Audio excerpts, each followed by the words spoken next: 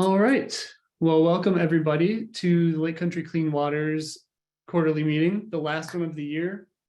It's been a really great year for us and for lake advocacy. So we're really excited to be able to present today and kind of talk about some accomplishments that we've had this year, go into next year, and then have Paul Gardetto and Mary van de Kamp-Nohl talk on Ashippun Lake. So that's kind of the plan for today. And we can see that right here. We're going to have some fun. We've had a lot of feedback, and we always like to ask for feedback after our meetings and after our Healthy Lakes conference. And so we're going to do some more check-in question fun stuff where we exist as an organization to get the different lakes in Lake Country to be talking to each other, to be networking with each other, and finding out about what's going on in each other's lakes. So we'll do kind of a fun check-in question there. We'll go over a few Lake Country Clean Waters updates, and then just one joint presentation tonight instead of the usual two. We're going to have Paul Gardetto and Mary van de Kamp-Nohl talk about a few different things that they've been working on for over a year on Ashippun Lake. I would say years on Ashippun Lake. As always, I like to thank the board members. They're all volunteers, and they really help make things happen. So I just always like to thank them. Joyce, Susan, Caroline, Don, Denise, Alan, Tom, and Jerry. You guys are awesome, and just want to thank you all always for keeping the organization afloat and keeping it going and advocating for Lake Country Clean Waters. Okay, so we're going to start with a check-in question. This is something we like to do. I will highly suggest, if you're not doing other things, to come off camera once you get into your breakout room. You don't need to come off camera now, but when you get into your breakout room, come off camera. You'll be randomly placed in a room of 3 to 5 people. And so what we're going to want to do is we're going to give you guys quite a long amount of time. We're going to give you 15 minutes to get to know each other. You can give your name, what organization you're with, whether it's a lake association, a lake district, maybe you're with the DNR, or maybe you're like Ingleson and you're with Wisconsin Lakes. So you can talk about what organization you're with. You can talk about what information, this is kind of the question. So what do you wish more people knew about your lake or your organization? And if you run out of things to talk about, you can talk about if you'd rather be on Survivor or The Amazing Race, because it's Wednesday night in America, and those are the shows that everybody watches. So you can start with maybe if you'd rather be on Survivor or The Amazing Race, or what you wish people knew more about your lake or your organization. So that being said, I hope everyone understands the rules. I'm gonna break you guys out into breakout rooms. You'll have either 3 or 4 people in your breakout room. It's totally random. So something might pop up on your screen that says, join breakout room, and just go ahead and join it. So I'll see everybody in about 15 minutes. I hope you guys have fun.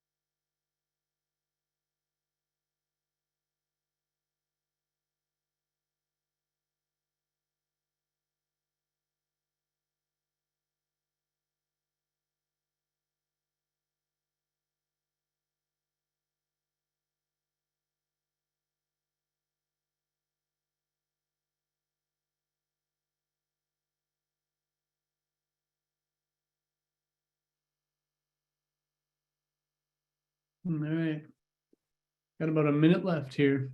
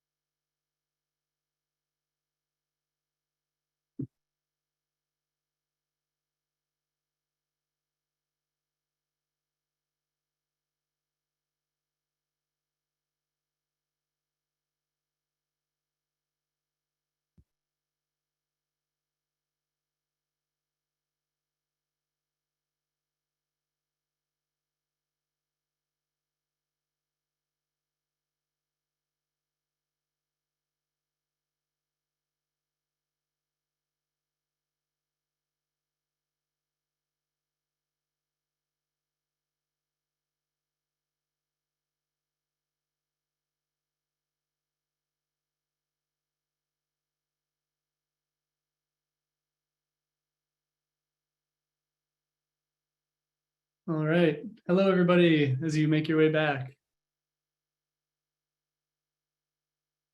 Hopefully that was ample time to discuss some fun things.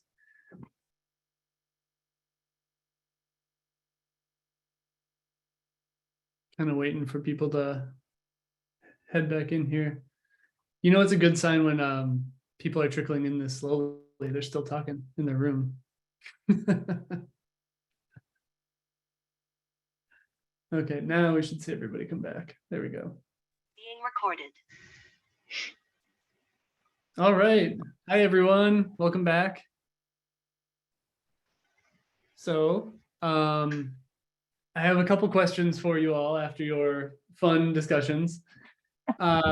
One, if you want to, feel free to type in the chat what lake, river, or other organization you represent, or come off mute and tell us. I'm just kind of curious to see where people are from. I heard one person say Big Cedar already. Moose Lake. Moose Lake, nice. Ashippun. Ashippun. I'm Pine on Lake. Lake Emily. Lake Emily up in Portage County. Cedar Lake, Awesome. Okachi Lake. or I should say Big Cedar Lake. Big Elkhart Lake. Elkhart, I love it. Wow. And Big Cedar Lake again. All Oh. right, we got Big Yep. Cedar. Pike freezing. Lower Namabin, Lower Namabin. Is that James? yes. Hey, Jim. Hi, All right, we got some people in Vilas County. Hi, Carol. Lake to Nephew, Fond du Lac County. All right. That's great. It's good to hear. We have a wide dispersal. That's really nice. I should So- point out that I had indicated Lake Emily. There are actually two Lake Emilys in the state. The Emily I'm referring to is in Florence County. Lawrence County, and I assumed it was Portage County. That was the pointer in me that assumed that it was Portage County. Yes. That's great. Well, thanks for sharing, everybody. One more question while we're still kind of off mute. Was there anything interesting in your conversations? Anything that you thought it was cool that people wanted to know more about your lake? Maybe you had something in common.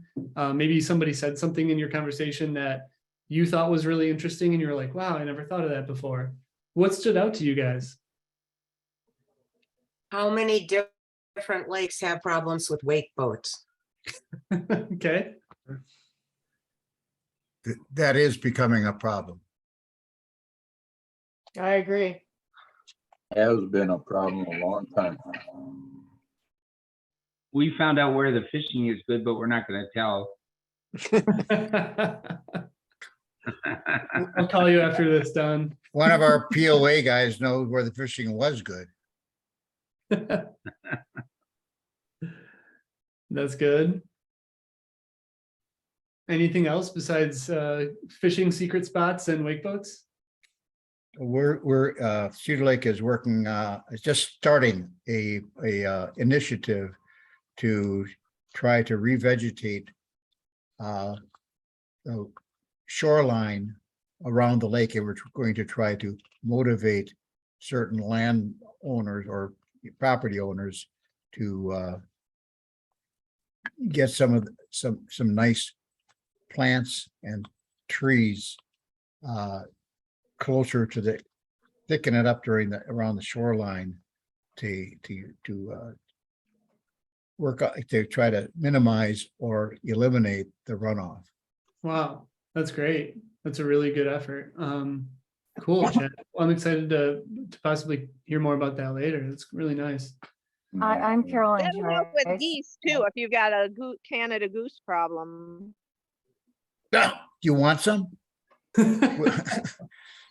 We Okay. put up clothesline about 6 inches off the ground along the shoreline. And it does it, huh? That's I'm good. Caroline Joyce, and I was just out at Big Cedar Lake with Dave Baldus, and heard about some of the things that are going on in your lake, and I had recommended that some of you from Big Cedar Lake come and attend this meeting tonight so you could see how other lakes are handling what they're doing and what they see as ways to improve their lake and things like that. And so I just want to tell you how happy that Big Cedar Lake people showed up tonight. So that's great. Thank you. That's awesome. Thanks, Caroline. And I should probably give a really short and sweet background about my position. I've actually spent countless hours at Big Cedar Lake at the boat launch. I was the aquatic invasive species coordinator for Washington County and Waukesha County for about 6 years. I ended that position about 3 years ago, or maybe, gosh, 4 years ago now. And I don't work in that field anymore, but I was the aquatic invasive species coordinator. So I actually wrote the intergovernmental agreement along with Waukesha County and Washington County to spread that position between both the counties, and worked closely with a lot of people in the DNR. Did all kinds of lake surveys on lakes all around Washington, Waukesha County, and then started the really robust version of the Clean Boats, Clean Waters program there. So, man, Big Cedar, I've spent so many times with, what's the police guy's name there?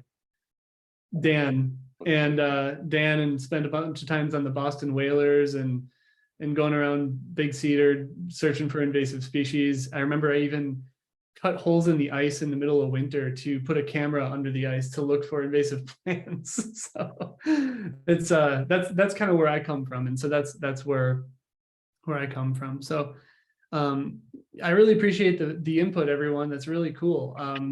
Like I said earlier, our organization exists to bring lakes and rivers and people who care about the water in their community together.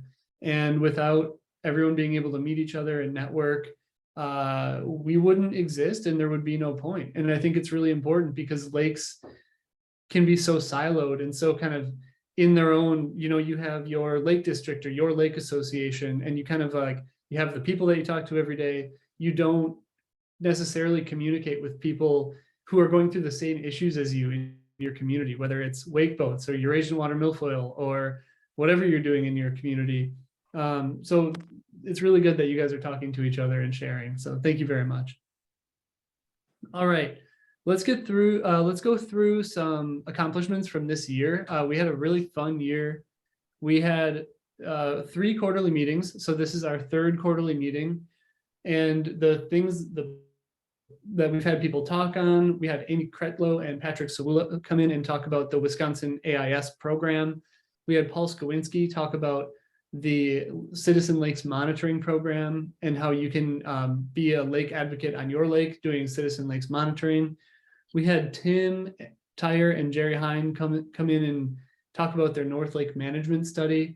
And then our last one, we had Tom Kep talk about leading the way on Pewaukee Lake and all the projects that Tom is doing on Pewaukee Lake. And if anyone didn't make the Healthy Lakes Conference in this year, earlier this summer, Tom and Pewaukee Lake Sanitary District actually won our Lakes Award.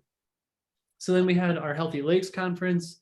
We took over the Clean Water Festival out on Pewaukee Lake Beach this year, and we ran that. And we've had some really good donations this year, enough to keep us afloat at least for the time being, which is always, kind of how we run.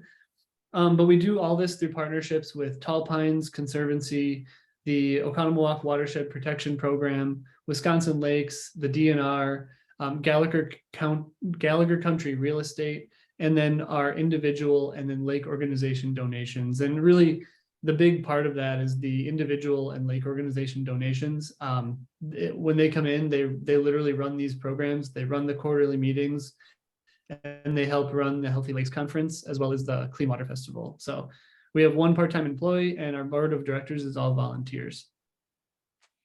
So that's what happened in 2022. I want to share what we have planned tentatively for 2023. We're really excited about our 2023 plan. A lot of the feedback we had from the Healthy Lakes Conference was, hey, this is all great information, but how do we take action? How do we talked a lot about what's wrong with the lakes. What can we do to be better and actually take action on the lakes? And so our next quarterly meeting is going to be in January on the 18th, and that's going to be focused on taking action on projects. So what can you do to help? Our second quarterly meeting is going to be a plant identification workshop. So that one will be in person, and that will be literally Michelle Nolt from the DNR will come in and have all the different plants for you to look at. It's going to be in April. So right when everything's getting warm, it's going to be springtime. We can look through and have a plant ID workshop. The Lake Country Clean Waters Festival is going to be the 24th of June. And then the Healthy Lakes Conference is going to be the 28th of July. Actually, and this is a tentative date. The 28th of July is tentative. And then our fourth quarterly meeting is going to be September 20th, and that's going to focus on winter lake ecology. So we're going to have some people from the DNR come in and talk about winter lake ice. And as always, I want to thank our 2022 sponsors. These are all lake districts and lake organizations, lake associations that have helped fund us and keep us going. River associations, lake associations. So we really want to just thank all of the people who have helped keep us going. And the big one is Gallagher Lake Country Real Estate has really helped us out this year as well. In fact, they are super excited to help us. They helped reformat our website. So if you go to our website, lakecountrycleanwaters.org, you'll see that it's all reformatted. It's super organized. And then the next project that we're working on is creating a 10 to 12 page coffee table booklet. What we want is how to be a lake ambassador. So it's going to cover a variety of topics, including regulations, enforcement, citizen science, how to identify invasive species, things like that. All right. And you're able, as an individual or a lake organization, to sponsor a quarterly meeting or next year's Healthy Lakes Conference. So as I said earlier, we run entirely off of donations. And so as we kind of approach the end of the year, I know that's crazy to say, it's already October, but as we approach the end of the year, consider your holiday donation. Maybe you give every year to an organization that you love, an organization that you think is doing good things in the community. Consider us, Lake Country Clean Waters, for your end of the year donation. If you go to lakecountrycleanwaters.org, you can donate there. And there are different levels of sponsorship and donation levels. So, as you go through, this is all listed on our website as well. But as you go through and consider your donation, whether you're a lake organization, maybe you're a lake district and you want to donate at a watershed level, or maybe you're an individual and you want to donate at the puddle level, it's all good. Whatever you want to donate, we are happy to take. So thank you in advance for that. And some of the things that come out of that are fun, right? We have our Lake and River Organization Annual Recognition Award.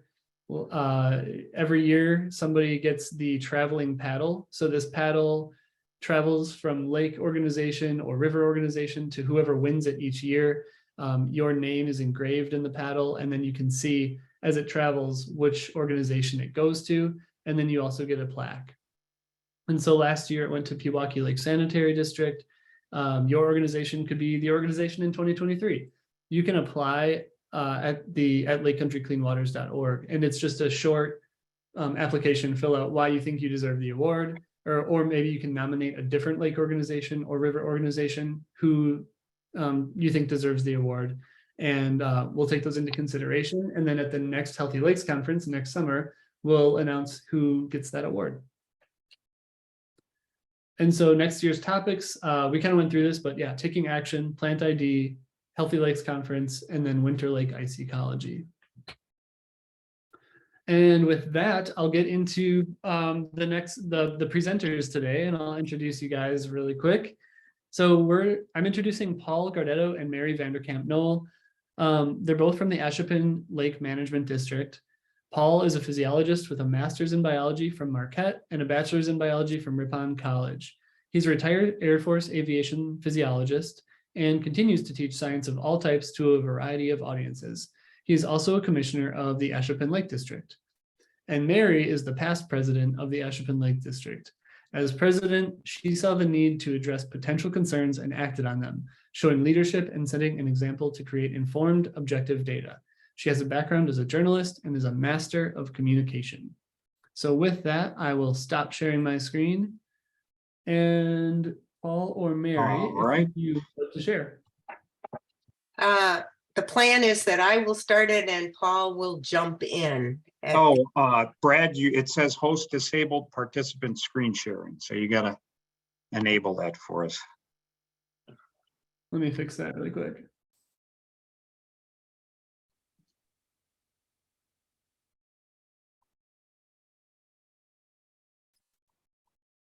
Paul, are you planning to share first, or is Mary? Yeah, no, it's one. Me, I've got Mary's stuff. Oh, okay, good. And then I'll PDF these and send them to you so you can upload them. Have them. Perfect, thank you. Can you share now? There we go. Perfect. Let me find it. Here we go.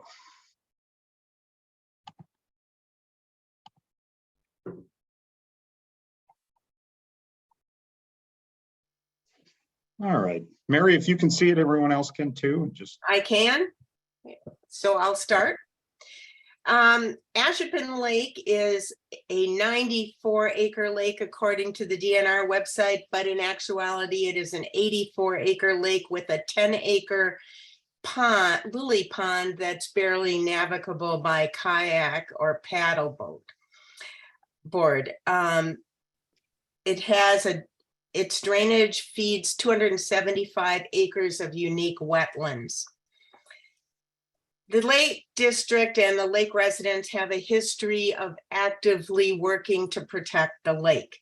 In the late 1990s, the developer Mooney and Lesage proposed a 140-unit condo development for the north shore of Ashippun Lake, including as many boat slips.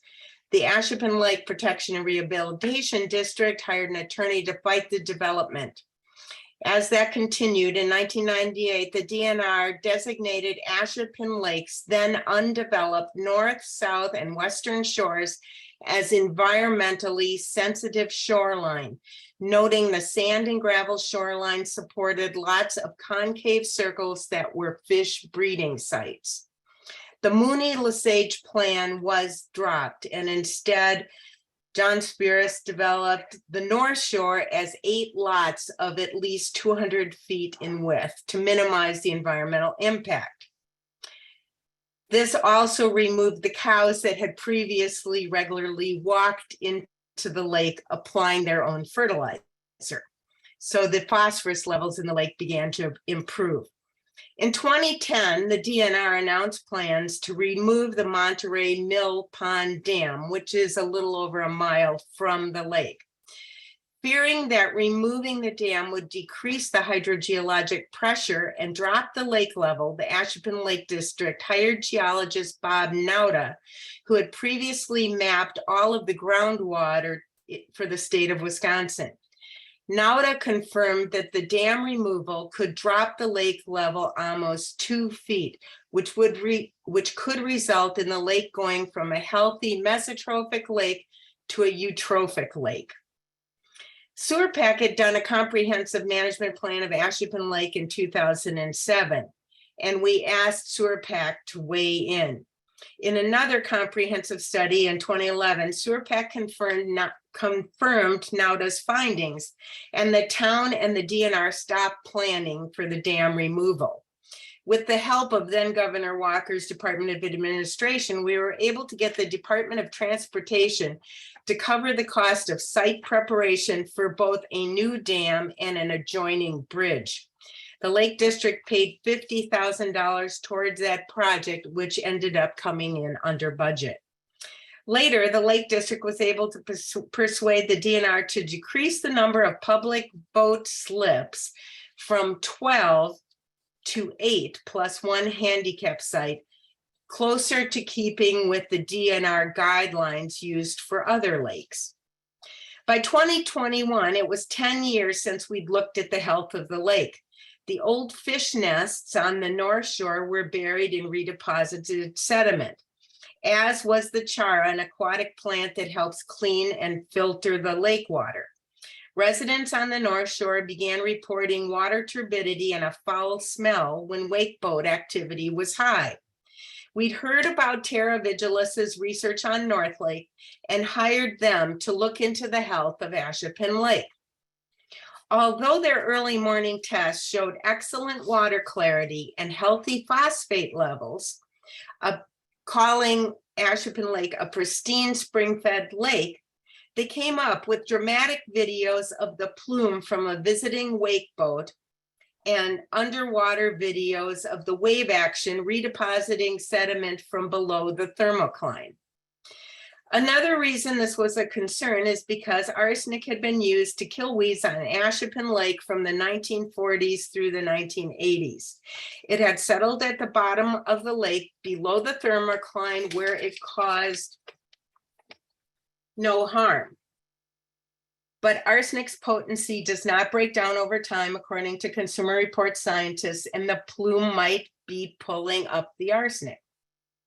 It was about this time that we learned about the town of Rhine in Sheboygan County and how it had passed an ordinance to outlaw artificial wake generation on a 125-acre Crystal Lake, even though 8 to 9 lake residents owned wake boats. The Ashippun Lake District began considering asking the town of Kamp-Nohl to create a similar ordinance. Paul? All right. Well, thanks, Mary. So Mary, that's kind of how we got started down this track. So I'll take it from there and tell you what we've learned in the last year and a half or so. And to frame the discussion, as we began this, we wanted to make sure we were discussing, much like Crystal Lake did in Sheboygan County, the equipment on the wake enhancing equipment on the boat without regard to the activity that was going on behind the boat. So not try and ostracize the sport, but just look at the boat itself. What we've learned since is you have to understand the sport, and we have. And I encourage you to learn more about this, the sport, to really understand this. So wakeboarding, wake surfing, there's pictures there. I'm not going to go through both of them, but they are different, okay? And the equipment that supports them are different. So we don't have time to go into this, but I'll invite you to learn more, take advantage of Corbin Blanton, who's on here, to think about questions you may have in this regard.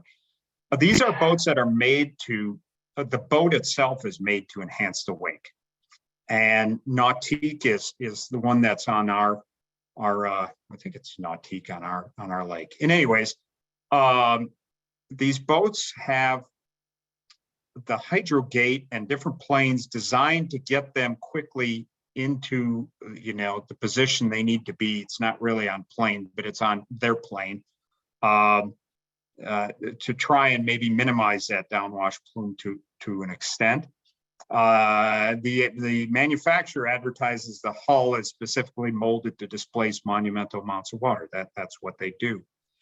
The thing we've learned is that aftermarket wake enhancing add-ons actually don't give you the ability to steer the wave, much like these wake boats do. And so,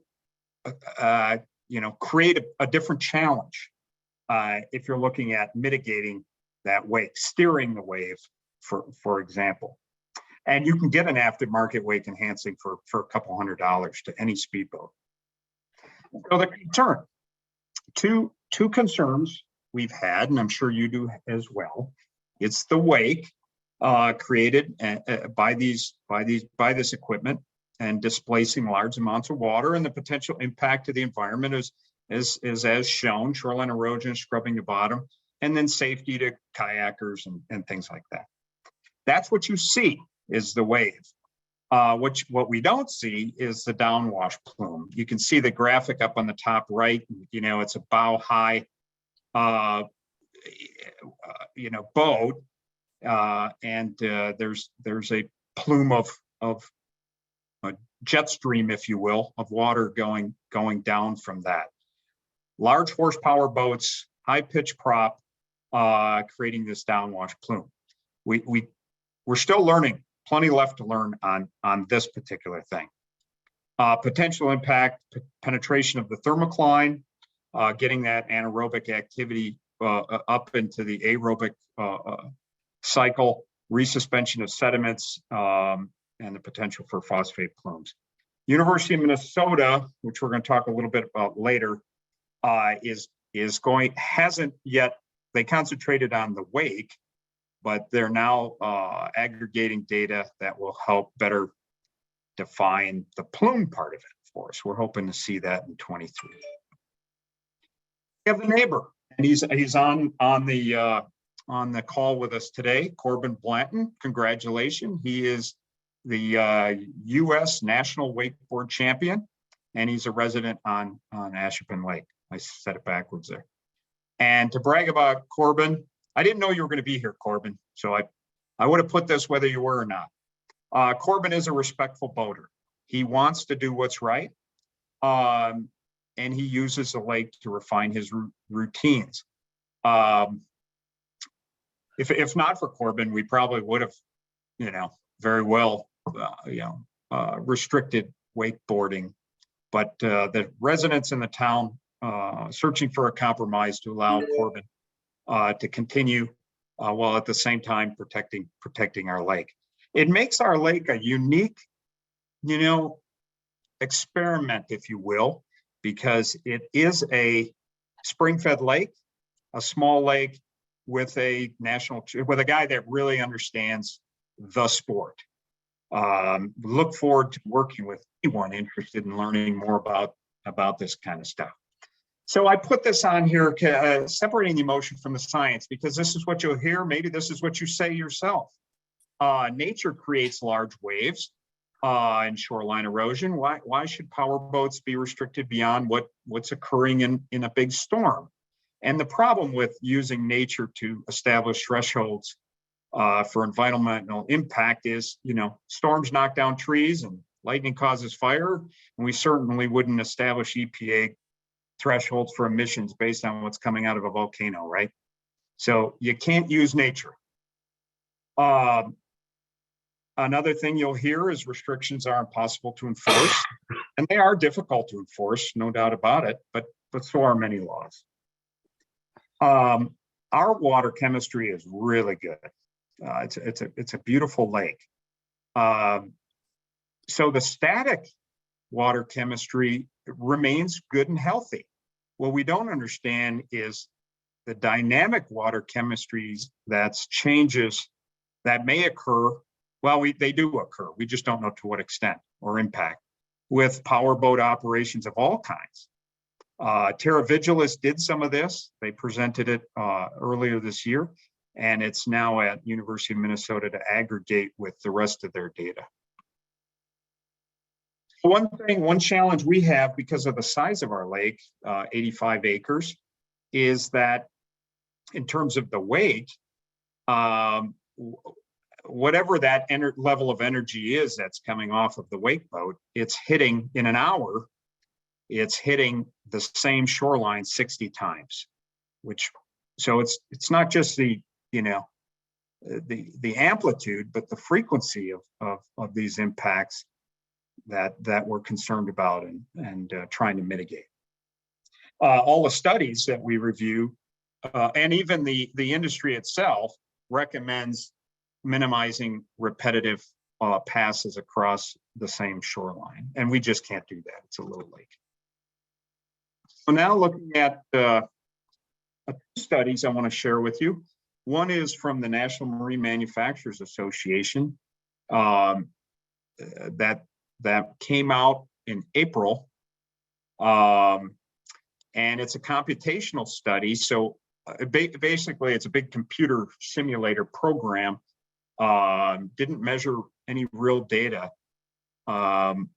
It just used assumptions, and I shared some of those assumptions with you. So, but that computational study concluded that a wake surf wake dissipates in 200 feet. It's a really, complex mathematical study, a lot of calculus in there. But if you read through it and look for the assumptions, you'll see that they cite surface friction, bottom of the lake bottom, as the primary dissipator of the computational wake. Well, that's actually one of the challenges we have with this is we don't want to stir up the bottom of the lake, but that's what the computer used. Also, the boat they model is 145 horsepower rather than 500 plus typical in use. Jeff from Minnesota Lakes and Rivers, when he presented this, said it's kind of like the tobacco industry when they said smoking is fine, but it's out there and it's been used by other states to pass legislation, mostly down south, to kind of maybe get ahead of the science a little bit. But whatever their agenda is, they've passed some legislation restricting wake boats to 200 feet offshore. University of Minnesota study published in February. If you haven't looked at this, this is the one you should be looking at and using. It's the peer-reviewed comprehensive study, and the one that should be trusted. It looked at 4 different kinds of wake boats. One of them was the speedboat with wake enhanced equipment on it, and established that on their lake, 600 feet mitigated the wake energy to a level equivalent to a speedboat at 200 feet off of shore. Wake size dissipated at 500. I share that with you because you'll see that pop up again. Of note, here's Lake Independence, where the University of Minnesota study took place. And on the right is little Ashippun Lake, half as deep and 1/10 the size. So Mary introduced to you a review of the ordinances, and we as a district did this. Bass Lake decided to prohibit wake size and establish 700 feet from shore as their ordinance. And twice as big as us. Crystal Lake in Sheboygan County, Mary introduced this to you. They have a ordinance that prohibits all wake enhanced equipment. Wake enhanced equipment is bladders and Corbin could speak to it. All the different equipment that's designed to create a large wake. Okay, Crystal Lake, twice as deep as us and a little bit bigger than us. Oh, what did we do? In the Lake District in November, commissioners passed a motion to recommend the Crystal Lake ordinance prohibiting all wake enhanced boats to the town of Oconomowoc. In February, the town met and the supervisors asked we table this for legal review. And then in May, tabled it again. Oh, I'm sorry, legal review, and also asked us to look for an opportunity for compromise. In May, the district commissioners tabled this for further consideration at the annual meeting. This was going to impact our neighbor, and thought best that all residents ought to have an opportunity to be considered before we pass an ordinance. At the same time, we established a summer trial with a subcommittee to develop voluntary guidelines. One of the other things you'll be thinking about as you do this is questions you'll be asked is, why do we need to pass an ordinance? Why can't we establish some guidelines, post some signs, train people on what the expectations are, and try and do it that way before, involving the police, right? So that's what we did. And we established a committee. Jeff Lamb, our chairman, is on there. I'm on there. Corbin Blanton, the U.S. wakeboard champion, is on there, and also Dee. So we established guidelines with a posted sign, and Andrea and Corbin Blanton pretty much built that sign. I'll share it with you. The motion also monitored public traffic density. What kind of boats are using public boats are using it? It's 85-acre lake, but still got a public boat launch. So, and then is the public compliant with those guidelines? Will education and guidelines work, or do we need an ordinance? And then a little bit of ad hoc monitoring. What can we learn in the interim? So we established a 500-foot shoreline standoff distance for our trial. And here's on the left there is 500 feet from structures and the shoreline. It's kind of, wonky, but it is what it is. And then on the right is a sign. And we already know we're probably going to need a bigger one if this is the way we're going to go with this. And here's what the sign said. So this is right off of our website. You can go on the Ashippun Lake website and steal all the stuff that's posted there if you want. Plagiarism is highly encouraged, right? I'll let you read this, but and I'll be giving these slides to Brad so he can post them because we're going through pretty quick. But I mean, it's pretty clear, right? And the folks that do this sport had a part in formulating the language here. It says it in lieu of a ban. This is what we want you to do, and then let's see if people do it. It asks people to be respectful. It tells them, there's a little more language at the bottom about the sensitive shoreline and such that Mary talked about. Oh, here's the observation. So one of the goals was to take a look at wake boat density. And I think everybody knows that, power boating in general this year is way down. Gas prices or post-COVID, who knows? But it's way, way down. Then we had our Clean Boats, Clean Water intern that works on weekends, documented 9 launches of wake boats.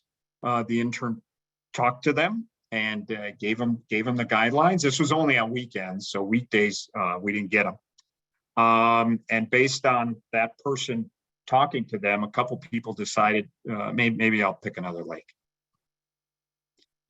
So we are blessed with a beautiful lake. I mean, it's a spring-fed, just gorgeous lake. That's Cara there. The good macroalgae that Mary talked about, the fish and fowl food. It's really, really nice. And this is one of the, this is the North Shore, one of 3 sensitive shorelines, and maybe you can look at it and see why the DNR may have established that. Anecdotally, water clarity improved substantially. Not measured, but it's a lot clearer, and it doesn't smell. That anaerobic, activity that was rising to the surface with the turbidity was really noticeable last year, and it was absent this year. Fish nestings improved, sediment deposition on Cara reduced. So what we know is whether it's from 500 feet or reduced density of wake boats, removing the impact improved the anecdotally substantially improved the lake. So compliance, one of the other things we measured. So this is a public boat. Just not following, not only the sign, they're just, they're not staying within 100 feet of the shore. That's about 8 feet deep right there. And they're going to go in with their wake boat into about 5 feet deep.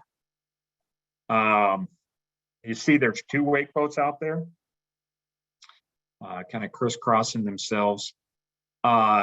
Within 50 feet of fishermen that are, it's, it's a fishing lake, small fishing lake. So that's one of our challenges, is how do we whatever we do decide to do, how do we get compliance? So I'll let that go a little bit farther. It's more of the same. That's me in a helicopter there taking this video, right? I just want you to see it go right past a fisherman. So it's not just the environment. It's just safe power boating operation. Smart wake boat operations in general. Just so happens it's a wake boat, so the impact's greater. But doing this with a jet ski wouldn't be smart either, right? Okay, so I think you get the picture. Here's that's what happens if you leave your pier. Don't do that. It doesn't work. So anyhow, this is what a wakeboard wake looks like, and there it is. Okay, so the summary of our trial, our observations. Ashippun Lake bottom has a steep shelf, and it's much shallower depth than the University of Minnesota. So the University of Minnesota study that said 600 feet mitigates the wake to the same distance as a speedboat at 200 feet. That was in 68 feet of water with a gradual sloping bottom. Ours is not that way. It goes from 38 feet deep in the middle to about 15 feet, hitting that shelf, creating a little bit of tsunami effect. And that's what you saw in that one video there. We did take some anecdotal wave heights. I didn't share them with you. They're pretty consistent of what you would think. We're going to study it some more. We'd like anyone that's interested to participate in this. It's nice. Our lake is nice for this because we have one farmer on the lake. The farmer is very environmentally conscious, and so we don't have to worry about runoff. We have to think about it, but we don't have to worry about it. So it is a good study platform for this kind of thing. Questions remaining for us are wave height at full power. Corbin was having a little problem with his boats this past summer, and full ballast. And then, as we said, that downwash plume and what impact that could have, which is going to be very dependent on depth. So as you guys look at sorry? Paul, this is Mary. I just wanted to say that Terra Vigilis, when they studied the lake, found that the thermocline on Ashippun Lake varied from 17 to 18 feet, so that the downward plume going 20 feet, which they also found in the research, would disturb that kind of protective layer over the decaying matter and the formerly used chemicals. Also in 2011, in the sewer pack study, it identified the average depth of Ashippun Lake at 20 feet 2 inches. Also relevant for the downward plume going 20 feet. Right. So that's that whole that whole understanding it has a lot left to do. The thermocline changes throughout the year, you know, in colder weather, you know, the thermocline comes all the way up. So we have the University of Minnesota data. It is a really good baseline. It's where you should start, but you can't end there because all of our lakes are different and the depths are different and, you know, topography is different, all the rest of it. So just as Mary said, but yes, it does penetrate if your thermocline's at 17 feet and that temperature of your water is going to impact, going to tell you that. And the downwash plume is 20 feet, then you have an impact on that thermocline. And Terra Vigilis has measured a phosphate plume in response. More of our summaries here. So the other thing we learned is that wake surfing and wakeboarding are substantially different. And Corbin, being the expert, is able to steer that wave like a champion, like a true champion. And so unlike the aftermarket wake equipment that can't steer it, Corbin can steer it in a way that minimizes the impact on whatever shore, you know, we want to mitigate the impact on, right? Now, of course, you aim the wave the other direction, and you know you're going to upset them. We don't know the downdraft plume. Wakeboarding, actually, we thought when we started this that wake surfing was going to be our biggest concern, and wakeboarding actually has a bigger wake impact. Now, wake surfing has the downdraft plume impact. Wakeboarding has the wave impact because it goes out both directions and there's an inability to steer it. So that was something we learned. And going 20 miles, going faster, you're putting greater energy into the water. So what we don't yet know, 600 feet is what University of Minnesota tells us mitigates the wave, but based on the topography of our lake, we don't know what distance is required to mitigate the wave, and we're going to take the opportunity to figure it out. And we're going to do, 200 foot for comparison with a ski boat. We did note increased turbidity. We knew that from last year. And we definitely see the decreased turbidity and water clarity with less boat traffic and these new offsets. Public compliance, not good so far, but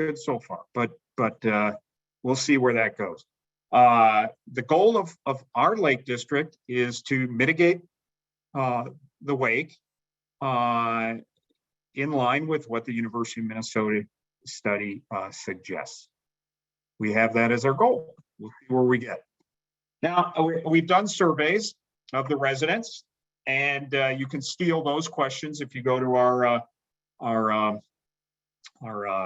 website, ashippunlake.org. This is just kind of an aggregate of some of the things we learned. So on the y-axis there, from 5 to 1, 5 being significant impact and 1 being minor impact, or I'm sorry, 1 is no impact and 5 is significant impact. You can see the averages there. The blue bar is the first survey we took in February. The orange bar is after we presented a lot of this and got a lot of impact from, and just got the district and the residents paying attention, just paying more attention, I guess, to this. And then the gray is after our trial. On the top is the percentage of people who said there was some impact, whether minor or major or moderate or whatever. So the residents do recognize an impact, and they are attentive to what's going on, also being considerate of our neighbor, but balancing the two. And you can read the x-axis areas there. The thing that surprised me was the last one, causing hazardous conditions for kayakers and paddleboards. Now that people are paying better attention, they're noticing that, that is impacted. All right. So our subcommittee recommended to the district a motion that you can read um, to push this off to next summer annual meeting, because there is a lot more science that's going to be coming out from University of Minnesota, and opportunities for us to learn more as well. And we'd really like anyone that wants to participate to join us. That was adopted by the annual meeting. And our takeaways for you, based on this concern, we were able to double our tax assessment and budget funds for additional research. And that's a good thing. People are interested in figuring this out. What we're left with right now, and I appreciate anyone's help, and you can send things to Brad, or Mary and I can send out emails. Help us define what research type, what should we, should we get a hydrologist to look at the topography of our lake bottom compared to University of Minnesota? Are there some biological studies? Are there some sediment redeposition? Yeah, what kind of study can we do? And who can help us do it? So that might be the end of it. Yeah, that's the end of it. I'm gonna throw out to the audience. If you want to talk to an expert on wake boating, and Corbin's inclined to talk, take advantage of an opportunity to ask them. And I think I'm going to get off. Should stop sharing. So Brad, I'll throw it back. Mary, you got any? Did I forget anything? No, you did a good job. Brad, I'll throw it back to you. Thanks, Paul. Great presentation. It's really good to know what you've done on Ashippun Lake, and the approach you took is very great. It's very thorough. It seems very objective. Awesome that you could have Corbin on the call, and I would invite anyone to start the discussion. I have one question. Maybe it's for Corbin, maybe it's for you, Paul, and it has to do with wave steering. So I've never heard the term wave steering before, and so I'm curious to how that works, and if that is an effective, if that's something that Corbin does that is effective, maybe it's something that more people could learn how to do, and that could be a really good mitigation. Well, I'll just say, I'll pass it to Corbin. I'll just say, when I showed you the video of a wave hitting with the messed up pier, right? With the wave hitting my shoreline, if Corbin steers the wave, and that's only for wake boarding, surfing, not wakeboarding, I get no wave, nothing. So it's substantial. Corbin, you want to address that? Yeah, is everything working? Can you guys see me? Yes. All right, cool. So when we're talking about throwing a wave a certain way, it's just being aware of your surroundings. On the back of all of these wake boats, there is something called surf gate or something like it. So basically what's happening is you are pushing a button, and then there is a paddle opening up on the back of your boat on either the right side or the left side. If it opens up on the right side, it throws the whole boat to the other side. And then that's where the wave is. So it's being thrown just in that area. So that's what we're talking about when Paul was saying that we're steering a wave. Plus, I'm very experienced, and I kind of pay attention to like what my waves are doing. And, we're trying to work with the committee and the entire lake on basically exhausting every last option for wakeboarding, wake surfing. I realize that wake surfing isn't really the issue anymore. It's more of just this massive wake that my boat throws, and even kind of going down the middle of the lake. I mean, I wish I had somewhere to throw the waves, but when you run that much weight in a boat, the waves they're really chunky compared to like a surf wave. A surf wave will curl and it'll break, but with wakeboarding, these rollers are just like, there's just a lot of mass. So that's why they're causing an issue. But anyways, I kind of got off track there. steering a wave just has to do with the paddles on the back of the boat and just being aware of your surroundings. Gotcha. Hey, thanks. Yeah, no problem. I mean, I'm happy to open up the discussion to whoever else has questions for anyone. Yeah, I'd say just feel free to go ahead and ask. I have a question. This is Mike Eggleston. I'm the executive director of Wisconsin Lakes, the statewide lake association. I'm just wondering how you guys got together, how you overcame, established trust, all the things that you probably needed to do. I mean, Corbin, it sounds like you were a willing participant, but I'm guessing that there probably might have been some people that weren't. I'm interested in how you dealt with that whole issue. Well, Yeah. Oh, go ahead. No, go ahead, Corbin, you first. oh no, it was, to be honest, we just had to get to know each other. And that's really all it took, because I'm a very willing person. You know, I care about the people out here. I understand what's going on. Paul has helped me a lot. And I actually didn't know that it was this crazy up until last year. Anyways. Yeah, no, exactly. You know, it didn't start out friendly. It No, didn't start out friendly at all. It No. started out very adversarial. We had a, you know, what do you call it, a breakout section or offsite, you know, at the Dunton's house, right? So we kind of had a, you know, we had Harry. I think Harry helped too, Jeff Lamb. You know, Harry's kind of the, you know, he's the long-term old guy resident.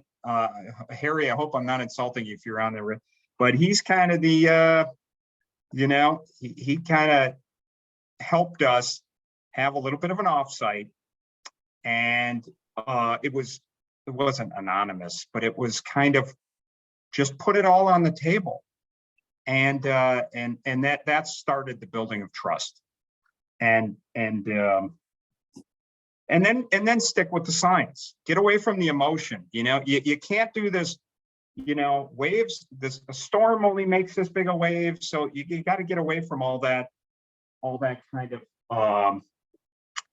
You know, wakeboarders are, you know, idiots, and they're knocking my pier down and all that. Okay, I get it. There's, you know, that's not what it's about. And so you gotta steer it back to the science. yeah, and I actually want to talk to, I guess, everybody here that lives on Ashippun Lake. Give me some feedback on your experiences throughout the summer after we put in place, you know, the trial. I mean, I followed it to a T, and I don't even know if it helped. I mean, I know it did, but I don't think it eliminated the issue. Well, it definitely helped with certain things, the smell. Yep. Well, that's That- good. There's less turbidity when you're out there. The waves hitting the dock and going over our seawall are significantly less. They haven't stopped going over the seawall, but they're much less than they were. So from our perspective, that's a North Shore perspective, it has improved. Well, at least we're moving in the right direction. I just hope we can keep going. And I actually just, I mean, I paid attention the last time that we went out wakeboarding. I paid attention to what my waves were doing because the lake water was high, and Paul was out on his shore. I wasn't spying on you. I was out there before you got there. Yeah, I know, but I was watching you because I was like, oh God, the water's high and he's doing something. Yeah. But anyways, I was just curious. I think it's, and this is one of our areas of effort is, and for those of you thinking about this on your lake, it's the size of the impact, you know, it's the amplitude and the frequency, right? So again, stick with the science there, right?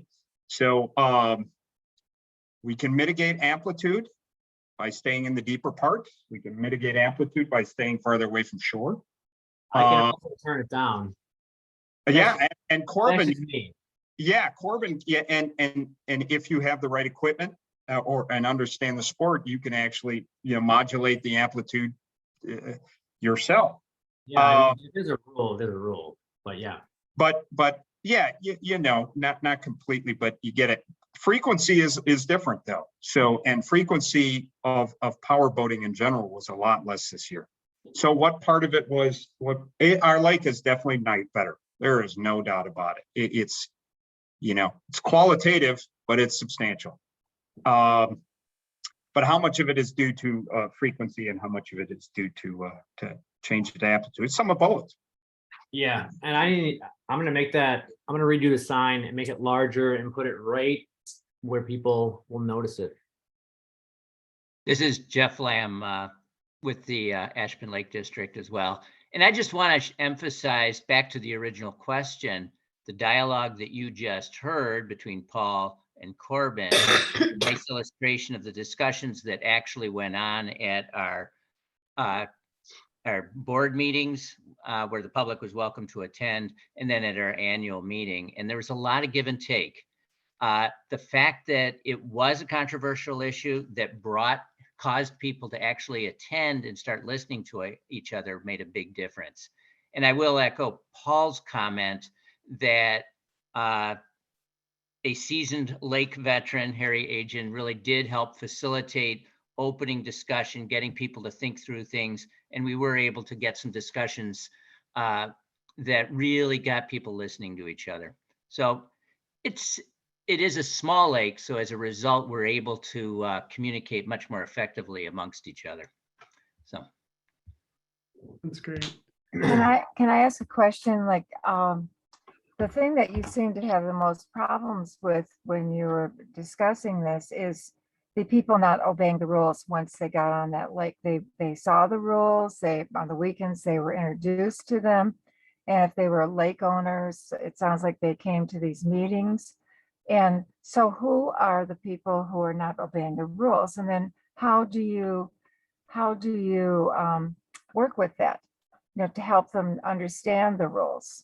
Once when you find all the answers and you have a system set up for using your lake, how can you stop those people and say, hey, stop, look at what you're doing. We want you, but you've got to obey those rules. Well, we had the intern and she was pushing us in the right direction. We had the sign made, but I believe it was too small and it wasn't in a very obvious spot for people to see, because I'm going to be honest, I didn't even know that there were signs on that giant one off to the right there at the launch.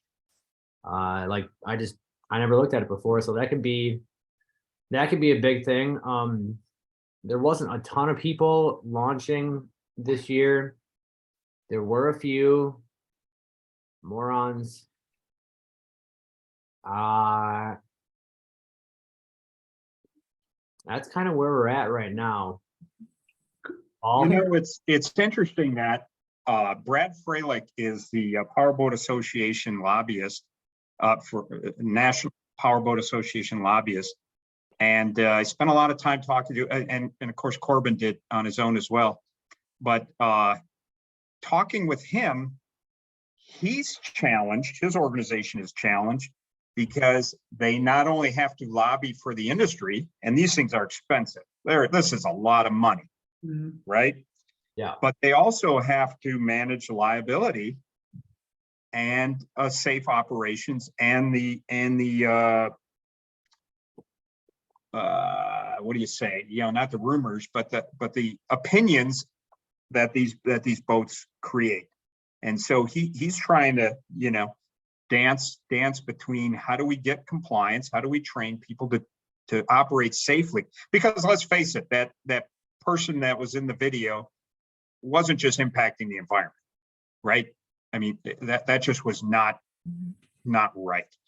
So to answer your question, I would say the first thing we do is apply science to find out what is the right answer. Manage what we can manage, right? Control what we can control, and then look to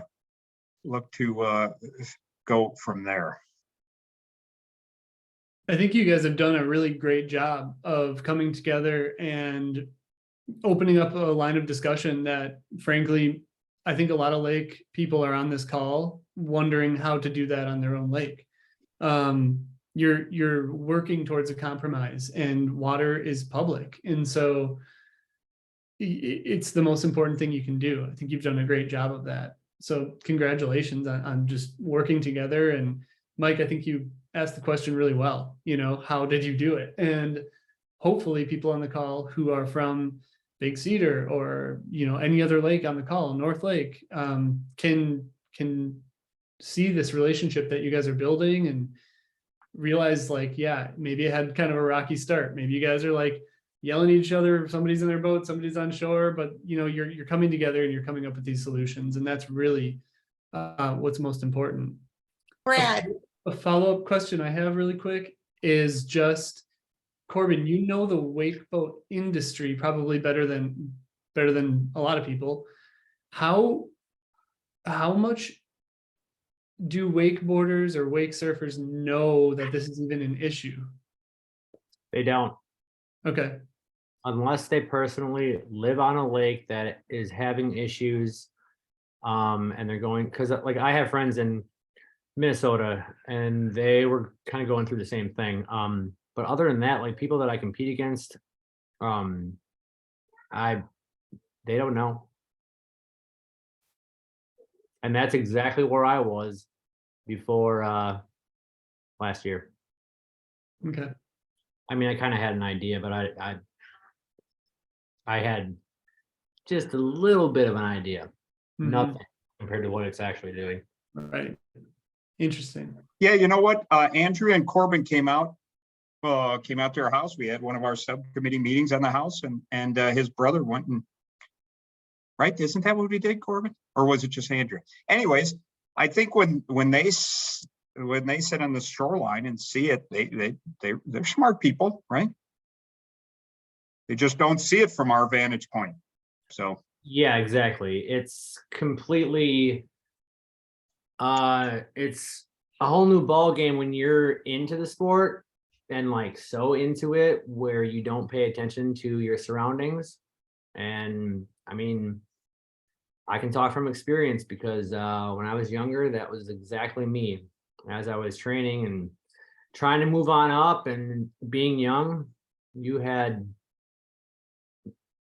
didn't think about anything else, to be honest with you. Yeah. I wish I would have. I wish I would have known, but Well, it's cool that you're taking action now and you're mitigating your waves and you're learning how to do things differently to do that. yeah, I'll exhaust every possible thing if I have to. where's your trophy, Corbin? My other question is, did Corbin offer to take you wakeboarding, Paul? Yeah. Wait. Right here. You gotta there's say a trophy. something. Dude, look at that. Okay. See, heavy. Yeah, and well, I've wakeboarded on Pewaukee with my brother-in-law, so I kind of know it from that. I've tried it. I can't do it, but Come on, I can teach you. yeah, I know. Hey, you said you're gonna take me flying. I'll take you wakeboarding That's fair. with a small wake. Brad, can we go back to Mike Engelson's question again about how this group was able to come together and work Of together? course. Yeah, go for it. I know they mentioned Harry Aginian, the longtime lake resident. Harry was also very instrumental in stopping the dam removal and getting it rebuilt. He is by profession a fluid power engineer. And after he went to the meeting where we first discussed the problems with wakeboarding, he looked into his aftermarket wake generator on his own boat and came to a meeting and said, my boat I can't control where the wave goes, and I will no longer be using it on Ashippun Lake because of the damage it would do. he had a lot of credibility after that to speak to both sides. And Sure. that really helped bring the group together. It doesn't, yeah, and for the residents, it got us on the right page. I wish we could, push that off to our public boat launch, that knowledge. But anyways, that's for us to do. But yeah, thanks, Mary. That was a big turning point as well. I'll just throw it out again. We're a nice petri dish, a nice experimental opportunity for anyone that wants to participate as we learn more about this. Paul, more questions are welcome if anybody has them, but I'm just wondering if anyone has questions, do you or Mary want to put your email address in the chat just in case they want to contact you? Yeah, and I'll, if Corbin wants to invite the flood, he can do the same, but sure. Sure. And we'll post this discussion and this presentation on lakecountrycleanwaters.org as well. And then if you do want to, Brad Freilich, you can Google him, U.S. Powerboat Association, if you want to, get their 2 cents. I talked to Brad Freilich for, I bet you, about at least a dozen hours about this. He comes from another point of view, but more information is better always. Mm-hmm. Great. Vision that because there are so many lakes, this is John Schott from Elkhart Lake, so many lakes raising this question. Is there some vision that with the continued gathering of good scientific data, that we could look at a statewide understanding of how we can apply this across all lakes rather than each lake individually fighting this question on their own, or trying to, swipe information from one website or another to build a case in their own little neighborhood. This just seems like it's the battle of midgets, and there should be a longer term goal of try to get some strategic answer to this question for the entire state. So John, I had a slide that I was going to speak to that. Minnesota State has legislation pending. I looked yesterday and it's still pending. Rather than, the industry tried to hurry up and get in there and have them pass the 200-foot offset, but they stopped it. And instead, rather than pass a legislation establishing a distance from shore, because the science is still out, they decided to go with the education and guideline methodology. They can change those the guidelines as we learn more about the sport, and as the sport progresses as well. And then, but what about little lakes? Well, then the guidelines from Minnesota Lakes and Rivers is if you're unable to safely comply with the guidelines as published based on scientific data, you now have a foundation to go to the local town or county or whatever it is and have them restrict or restrict the activity accordingly. So for example, once the science says, hey, you can't do this you need 20 feet depth to do this. I'm making this up, okay? It needs to be 20 feet deep. Well, then you can now go to the town and say, we're 19 feet or whatever, or the offsets that's appropriate. So that's the kind of the methodology that Minnesota is taking. And it's got a lot of support because it's kind of, again, it's takes the emotion out of it a little bit. I don't know where Wisconsin is on doing that kind of thing, but we're gonna do it. We're gonna follow kind of the Minnesota model as this develops over the next year, and see where it takes us. And like Corbin says, we may not be able to mitigate. We don't know. But we're going to exhaust all avenues and before we throw our hands up. I think that's the case. Exactly. I mean, we got to have more data on it. I'd invite Mike Ingleson to talk on it a little bit if you want to. I know you're really plugged Oh, in. Mike's here. That's right. Yeah, I can say just a couple of things. I think, you know, what we've run into is there's this dual problem of so many, especially in a state with so many thousands of lakes. Every lake is different and it's hard to generalize. So it's sometimes putting a statewide overlay on it may not solve problems for every lake. So I, am cognizant of it may not be as simple as just setting a depth and a distance from. But one thing that, and in keeping with what you all are doing in Ashippun, one thing that I've been talking to some counties about, and I think there's at least one that is going to be trying this, is using a system of lakes classification, kind of like used to be done, especially in northern counties for shoreline zoning purposes.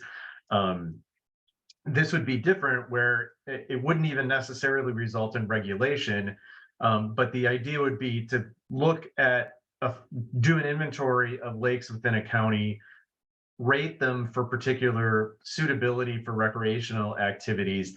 Then that information can just be used by, it could be used by the local lake to get the town to pass an ordinance, but it could also be used to push certain activities onto certain lakes where it's more appropriate and maybe even more culturally accepted and whatnot. And I think that maybe is a way that we can kind of balance at least try to balance the interest of everyone. And then I'll say that this is an issue that's beginning to get some statewide recognition. I think there was somebody from Presque Isle on the call too, in Vilas County. They presented at the Natural Resources Board meeting last week. I've been talking to DNR about this as well. So there's things going on, at least somewhat behind the scenes. Thanks, Mike. Yeah, thanks, Mike. Awesome. Well, this has been a really great discussion. Once again, I want to highlight just what can be done in a partnership at a partnership level, just with people on the lakes. I think looking at things like wake boats and wakeboarding, fishing, anything from a scientific objective perspective is the right thing to do. And I think Paul and Mary, you've done a good job of that, and it's to be replicated if people want to do that, right? So I think that's great. With that, I don't have much more. If people have more questions, you're welcome to stay on, but my last slide is just a thank you slide. So I, as always, want to thank everyone for being on the call today. Thanks, Paul. Thanks, Mary, for presenting and doing all the research that you've done and being able to present this data. Thanks, Corbin, for being on as the wakeboard expert. It's awesome to see you and have your perspective on the call. So that's really great. And thanks to the board and thanks for everyone who attends. You guys push this organization forward and keep it going. So really appreciate everyone on the call today. Thank you. Our next meeting is January 19th. Let me make sure that's right. 18th, January 18th will be our next session. So we'll be talking about taking action on projects. Thank you. Thanks, everybody. Thanks, very interesting. Great, thanks, Ronald.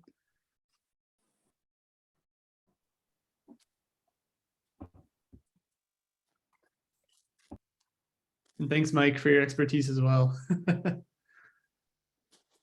Yeah, thanks for letting me crash. Yeah, of course. Crash the party.